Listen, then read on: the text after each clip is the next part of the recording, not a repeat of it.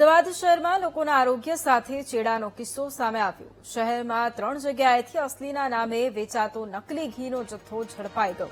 બાતમીના આધારે ફૂડ વિભાગે દરોડા પાડતા રધમ કાવ ઘી અને વચનામૃત ઘીનો શંકાસ્પદ જથ્થો જપ્ત કર્યો।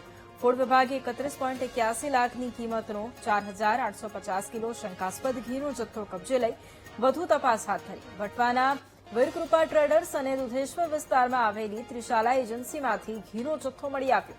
બંને બ્રાન્ડના ઘીનું ઉત્પાદન ગસરોઈની પાલડી કાંકજ ગામે થયું હોવાનું ખુલ્યું। એમસીના ફૂડ વિભાગે ઘીનો જથ્થો જપ્ત કરી આ કેસમાં તપાસનો ધમધમાટ બોલાવ્યો।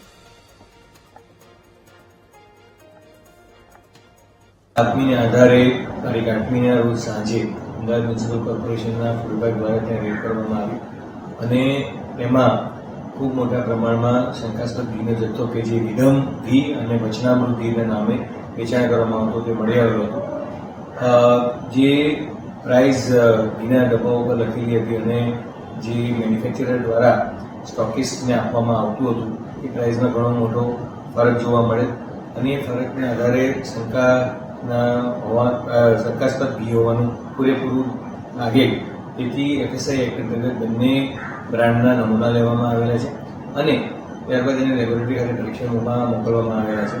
લગભગ 3,250 કિલોનો જથ્થો ઇન્ડસ્ટ્રીયલ એસ્ટેટ ઇન્દ્રપુરી ખાતેથી મળી આવેલો। વધુ તપાસ કરતા જાણવા મળેલ છે કે આ પ્રોડક્ટના ડિસ્ટ્રીબ્યુટર અમદાવાદમાં 2 અલગ અલગ જગ્યાએ, એક વટવામાં અને એક શાહપુર ખાતે આવેલા હતા।